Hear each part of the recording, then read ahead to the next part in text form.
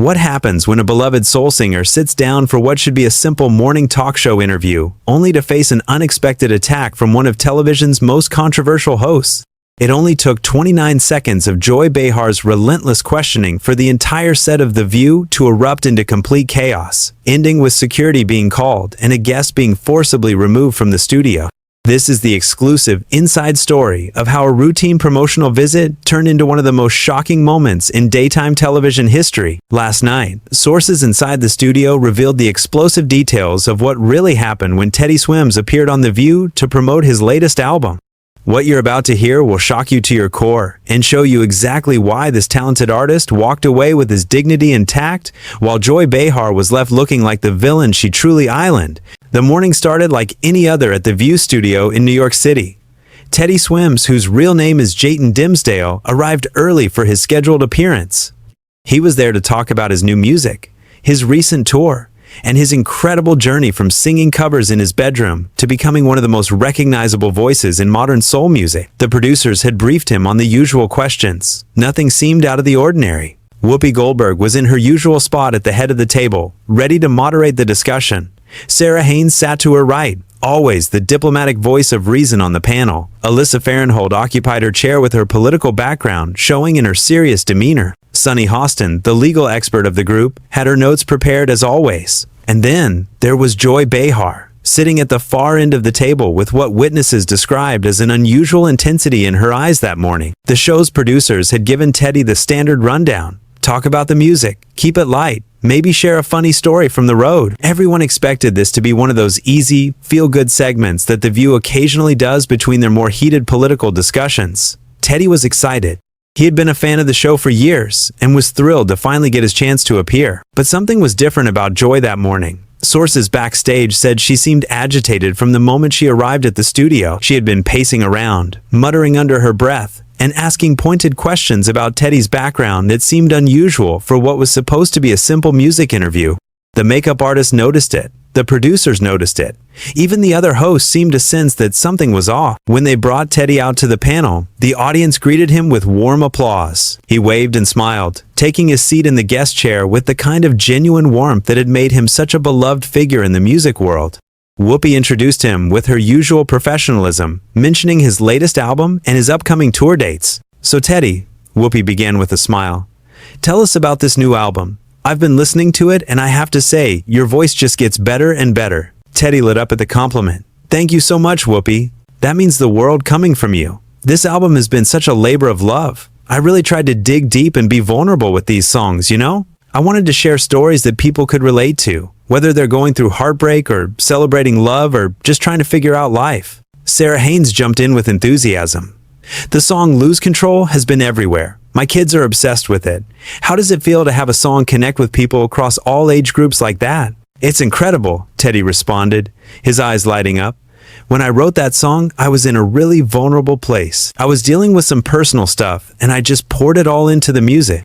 To see people singing along at concerts, to see families enjoying it together, it's everything I could have hoped for as an artist." Sunny Hostin nodded approvingly.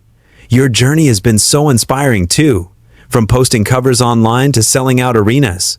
What would you tell young artists who are trying to follow in your footsteps?" Teddy leaned forward, clearly passionate about the topic. "I would tell them to stay authentic. Don't try to be what you think the industry wants. The thing that connected with people for me was just being myself, being honest in my music. It took time, but the right people found my music and it grew organically. The conversation was flowing naturally. The audience was engaged. The other hosts were asking thoughtful questions. Everything was going exactly as planned. But then Joy Behar decided to speak up." "That's all very nice," Joy interrupted, her tone noticeably sharper than the warm conversation that had been happening. "But let's talk about something more interesting. Your fan base is primarily young women, isn't it?" The question caught everyone off guard. Teddy blinked, clearly not understanding where she was going with this. "Well, I have fans of all ages and genders. Music is universal, you know?" Joy wasn't satisfied with that answer. She leaned forward, her voice taking on an edge that made the other hosts exchange worried glances. "Come on now, let's be honest here. You're a good-looking guy. You sing love songs. You've got the beard, the tattoos. You know exactly what you're doing.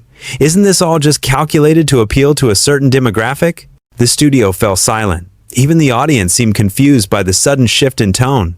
Whoopi looked uncomfortable and tried to redirect. "Joy, I think." But Joy cut her off. No, I want to hear his answer. Because I've been watching your rise to fame, and it all seems very convenient, very calculated. The whole sensitive guy with tattoos thing. It's like you studied what young women want and decided to package yourself that way. Teddy sat back in his chair, clearly taken aback by the accusation. "I'm sorry, I don't understand what you're trying to say. I'm just being myself. I've always been this way. The tattoos, the music, it's all authentic to who I am." "Authentic," Joy repeated with a sarcastic laugh.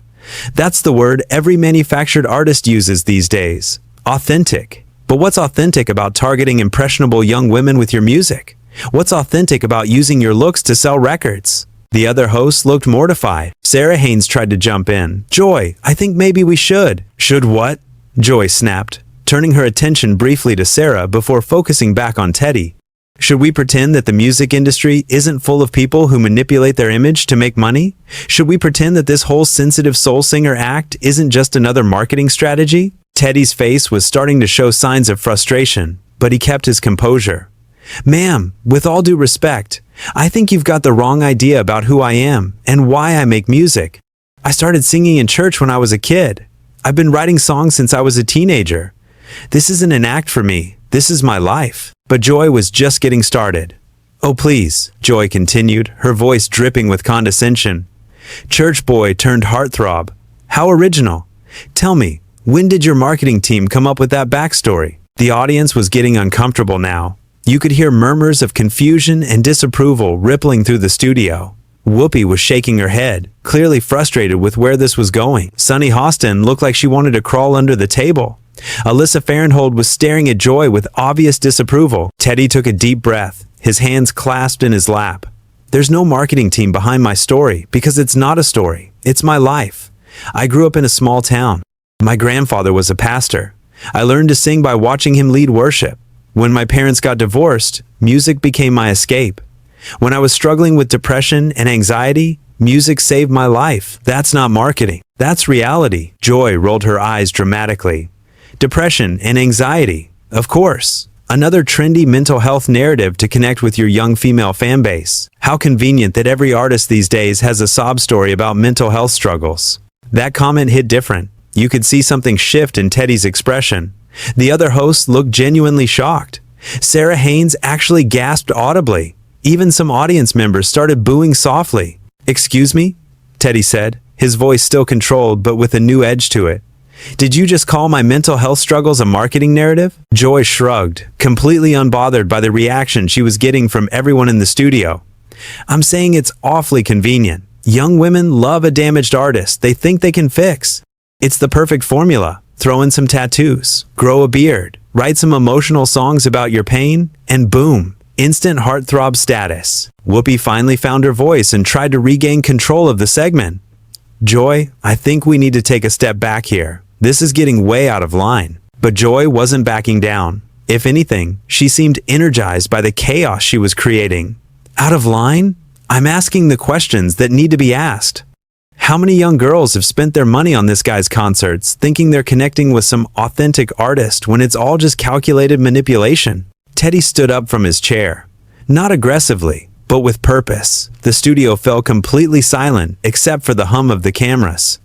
"I need to stop you right there," he said, his voice steady but firm. "You can question my music. You can question my success. You can even question my motivations, but when you sit there and mock mental health struggles and suggest that artists are using depression and anxiety as marketing tools, you've crossed a line that I will not tolerate." Joy laughed, actually laughed at his response. "Oh, here we go. The sensitive artist is getting upset. Are you going to storm off the set now? Is that part of the act too?" "This isn't an act," Teddy replied, his voice rising slightly but still controlled. "And the fact that you think someone standing up for mental health awareness is performative says everything about you and nothing about me." Sunny Hostin finally found her voice. "Joy, as someone who deals with legal issues every day, I have to say that what you're doing right now could be considered defamatory. You're making serious accusations without any evidence to back them up." Joy turned on Sunny with the same venom she had been directing at Teddy. "Defamatory? I'm asking legitimate questions about the music industry and how artists market themselves. If he can't handle basic scrutiny, maybe he shouldn't be in this business." "Basic scrutiny?" Alyssa Farrenhold jumped in, her political background showing as she tried to bring some rationality to the discussion. "Joy, you're not asking about his music or his career. You're attacking his character and making assumptions about his personal life based on absolutely nothing." But Joy was in full attack mode now. She turned back to Teddy with renewed intensity. "You want to talk about character? Let's talk about how you've built your entire career on appealing to vulnerable young women. Let's talk about how you use social media to create this false intimacy with your fans. Let's talk about how you've monetized mental health struggles." The audience was now openly booing. Several people in the front rows were shaking their heads in disgust. One woman actually stood up and started walking toward the exit. The camera operators were looking at each other, unsure of whether they should keep filming. Teddy remained standing, his composure remarkable given what he was facing. "You know what, Joy? I came here today excited to share my music with people. I came here to talk about art, about connecting with fans, about the joy that music can bring to people's lives. But instead, you've decided to turn this into some kind of character assassination based on nothing but your own cynical worldview." "Cynical?" Joy shot back. "I prefer realistic. I've been in this business long enough to see through the manufactured personas and the fake authenticity. And that's exactly what you are. Fake." That word hung in the air like a bomb. Sarah Haynes looked like she was about to cry. Whoopi was frantically trying to signal to the producers to cut to commercial. The audience was getting louder in their disapproval. Teddy nodded slowly, a sad smile crossing his face. "You know what's really tragic here, Joy? You're so determined to find cynicism and manipulation everywhere that you can't recognize genuine emotion when it's right in front of you. You've become so jaded that authenticity looks fake to you." "Don't you dare psychoanalyze me," Joy snapped, pointing her finger at him. "I've been doing this job since before you were born. I know manipulation when I see it, and you are the definition of a manufactured artist trying to play the sensitive card." "And you," Teddy replied, his voice still remarkably calm, "are a bully who's using her platform to tear down someone she's never met based on assumptions and prejudices." The word bully seemed to trigger something in Joy. She stood up from her chair, her face red with anger. "How dare you call me a bully? I'm asking hard questions. That's my job." "Your job," Teddy responded, now matching her intensity but without losing his dignity, "is to conduct interviews, not to launch personal attacks on guests who came here in good faith to share their art with your audience." Whoopi was now openly trying to shut down the segment. "We're going to take a quick commercial break," she announced, looking directly into the camera. But Joy wasn't done. "No, we're not taking a break. I want this fake artist to admit that his entire persona is calculated to manipulate young women into buying his music and concert tickets." That was the moment when Teddy's composure finally cracked, not with anger, but with genuine hurt and disappointment. "You know what breaks my heart about this whole thing, Joy? There are probably young people watching this right now who struggle with mental health, who find comfort in music, who maybe saw something in my story that gave them hope, and you've just told them that their struggles are nothing but marketing material." The studio was now completely silent, except for Joy's heavy breathing. Even she seemed to realize that she had gone too far, but her pride wouldn't let her back down. Instead, she doubled down one final time. "If they're looking for hope in pop music, they're looking in the wrong place," Joy said coldly. And that's when Teddy Swims made the decision that would define this entire confrontation. Teddy looked directly at Joy, then slowly turned to face the camera. When he spoke, his voice was quiet but carried the weight of absolute conviction. "You know what, Joy? You're right about one thing. If someone is looking for hope, they shouldn't look to you." The audience erupted. Not just scattered applause, but a full standing ovation. People were cheering, whistling, and clapping so loudly that the sound technicians had to adjust their levels. Sarah Haynes was clapping enthusiastically. Alyssa Farrenhold was nodding in approval. Even Sunny Hostin, who rarely shows such obvious emotion, was smiling and applauding. Joy's face went from red to purple. She was pointing at Teddy, her voice shaking with rage. "How dare you? How dare you come on my show and insult me?" "Your show?" Whoopi interjected sharply. "Joy, this is The View. It belongs to all of us. And right now you're embarrassing all of us." But Joy was beyond reason now. She turned to the producers who were standing off camera, gesturing wildly. "Get him out of here! I want him removed from the studio right now!" Teddy remained calm, still facing the audience. "I want everyone watching to know something. Music isn't about manipulation. music isn't about marketing strategies or calculated personas. Music is about human connection. It's about sharing our experiences, our pain, our joy, our hope. And if my music has helped even one person feel less alone in this world, then every attack, every accusation, every moment of negativity is worth it. The audience was on their feet again, and this time even some of the crew members were clapping. The camera operators, the sound engineers, even some of the producers were showing their support for Teddy. Joy was now frantically trying to get security's attention.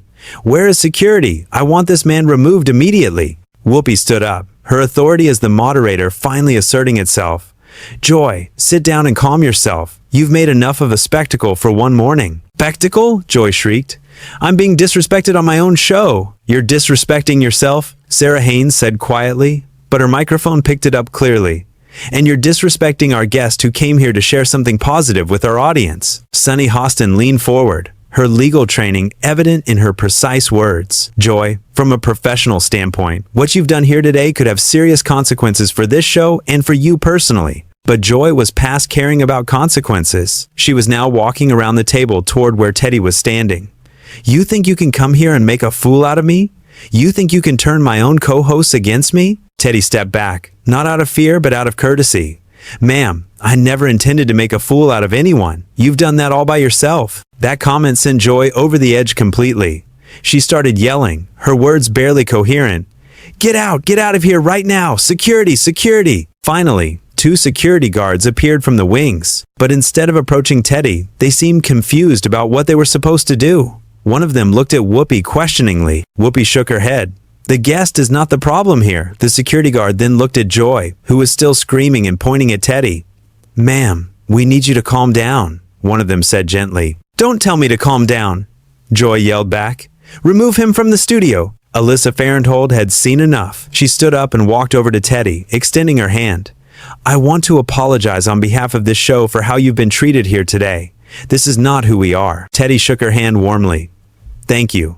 I appreciate that more than you know." Sarah Haynes joined them, also offering her hand in an apology. "Your music has brought joy to millions of people. You didn't deserve any of this." Sunny Hostin remained seated, but spoke directly to Teddy. "As an attorney, I want you to know that what happened here today was completely unprofessional and potentially actionable. You handled yourself with remarkable grace." The audience was now chanting Teddy's name. "Teddy! Teddy! Teddy!"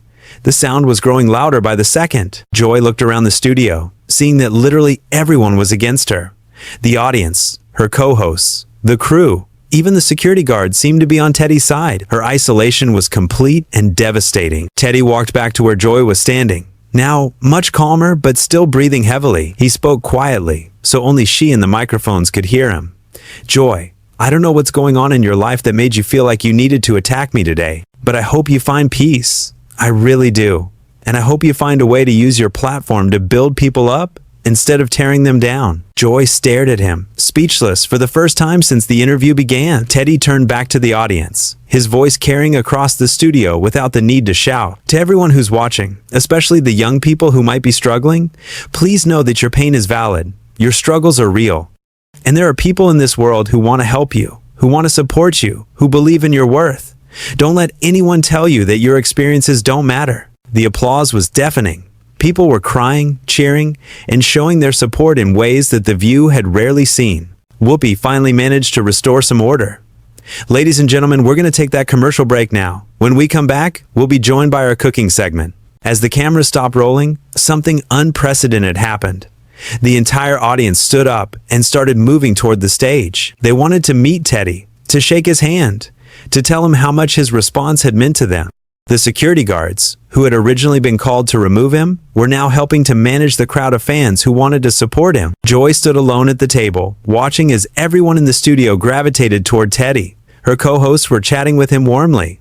The crew was taking pictures with him. The audience members were sharing their own stories with him, telling him how his music had helped them through difficult times. One elderly woman from the audience made her way over to Joy. "Honey," she said gently but firmly, "I've been watching this show for years. What you did today was wrong. That young man came here with nothing but good intentions, and you tried to destroy him for no reason. You should be ashamed of yourself." Joy opened her mouth to respond, but no words came out. For the first time in her career, Joy Behar was completely speechless. Meanwhile, Teddy was surrounded by people sharing their stories, thanking him for his music, and telling him how his graceful response to Joy's attacks had inspired them. He listened to each person, shook every hand, and treated everyone with the same kindness and respect he had shown throughout the entire ordeal. As the commercial break ended, and they prepared for the next segment, Teddy finally made his way toward the exit. But before he left, he walked back to the panel one more time. He thanked Whoopi, Sarah, Alyssa, and Sunny for their support.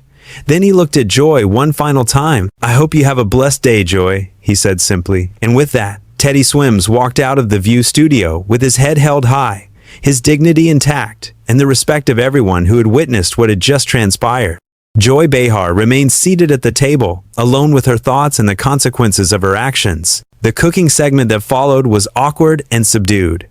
Joy barely spoke for the rest of the show. When it was over, witnesses reported that she left the studio without speaking to her co-hosts, without speaking to the producers, and without acknowledging what had happened. Teddy Swims had come to The View to promote his music. Instead, he had shown the world what grace under pressure looks like, what authentic character means, and what it truly means to stand up for what's right without losing your humanity in the process.